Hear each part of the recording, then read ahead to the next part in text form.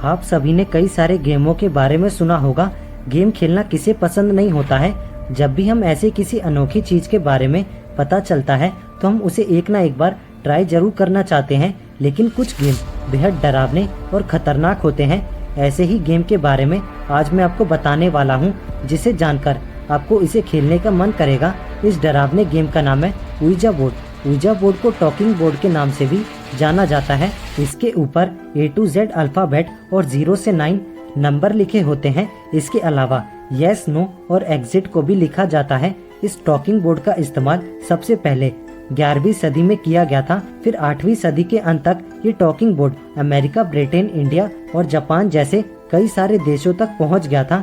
1886 के समय में ये खेल न बनकर ये कुछ और ही बन चुका था। 1886 में अमेरिका के लोग इस टॉकिंग बोर्ड को सिविल वॉर में शहीद हुए अपने परिजनों की आत्मा से बात करने के लिए इस्तेमाल करने लगे। तब से लोगों का ये मानना है कि इस टॉकिंग बोर्ड की मदद से आप अपने परिवारजनों की आत्माओं को बुला सकते हैं।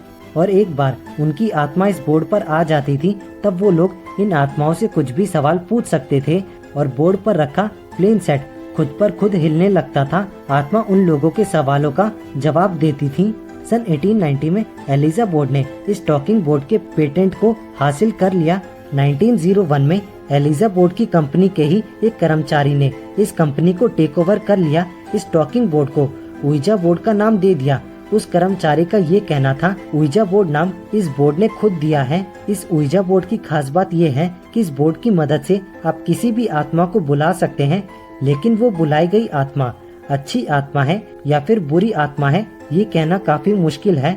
इसी वजह से ये खेल न बनकर कुछ और ही बन जाता है, क्योंकि उइजा बोर्ड कई बदकिस्मत लोगों की मौत और बर्बादी का कारण बन चुका है। पैरानॉर्मल रिसर्चर्स का ये कहना है कि उइजा बोर्ड हमारी वास्तविक दुनिया और भूतों की दुनिया के बीच का एक रास्ता है, यानी कि एक गेट है। अगर ये गेट एक बार खुल जाए तो वो आत्मा और रूहानी ताकत उइजा बोर्ड का इस्तेमाल करने वाले के घर में जाना आसान हो जाता है और वो वहाँ पर किसी को भी अपना शिकार बना सकती है। इसी तरह की एक घटना घटी थी एक लड़की के साथ। एक रात वो लड़की अपने 2 दोस्तों के साथ अपने घर पर अकेली थी। तभी उन लोगों ने उइजा बोर्ड के इस खेल को खेलने का प्लान बनाया। उन्होंने अपने बेडरूम की सभी लाइट्स को बंद करके मोमबत्ती की रोशनी में इस रहस्यमय खेल को खेला।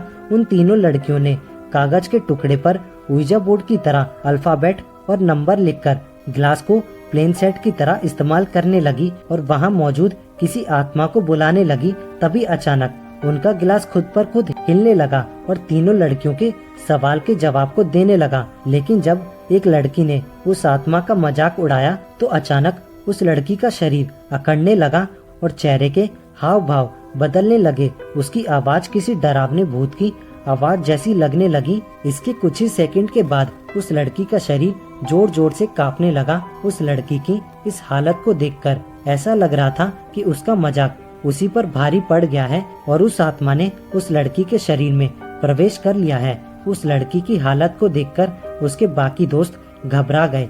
जैसे तैसे उस लड़की को संभालने की कोशिश करने लगे। और इसी तरह की कई सारी कहानियाँ उइजा बोर्ड के बारे में आपको इंटरनेट पर मिल जाएंगी, लेकिन इन कहानियों में से कई सारी कहानियाँ झूठी भी हैं और हो सकता है कई सारी कहानियाँ सच्ची भी हों। और इसके ऊपर कहना मुश्किल है कि कौन सी सच्ची है और कौन सी झूठी है। लेकिन इस खेल में कोई ना कोई रहस्य जरूर छुपा है, जिसकी वजह से हजारों लोगों ने उइजा बोर्ड की वजह से डरावनी और खतरनाक घटनाओं का सामना किया है।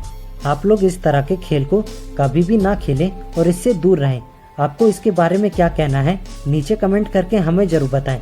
इसी तरह की वीडियो को देखने के लिए चैनल को सब्सक्राइब करके बेल आइकन ऑन जरूर कर ले। आपको अगली वीडियो किस टॉपिक पर चाहिए ये हमें जरूर बताएं।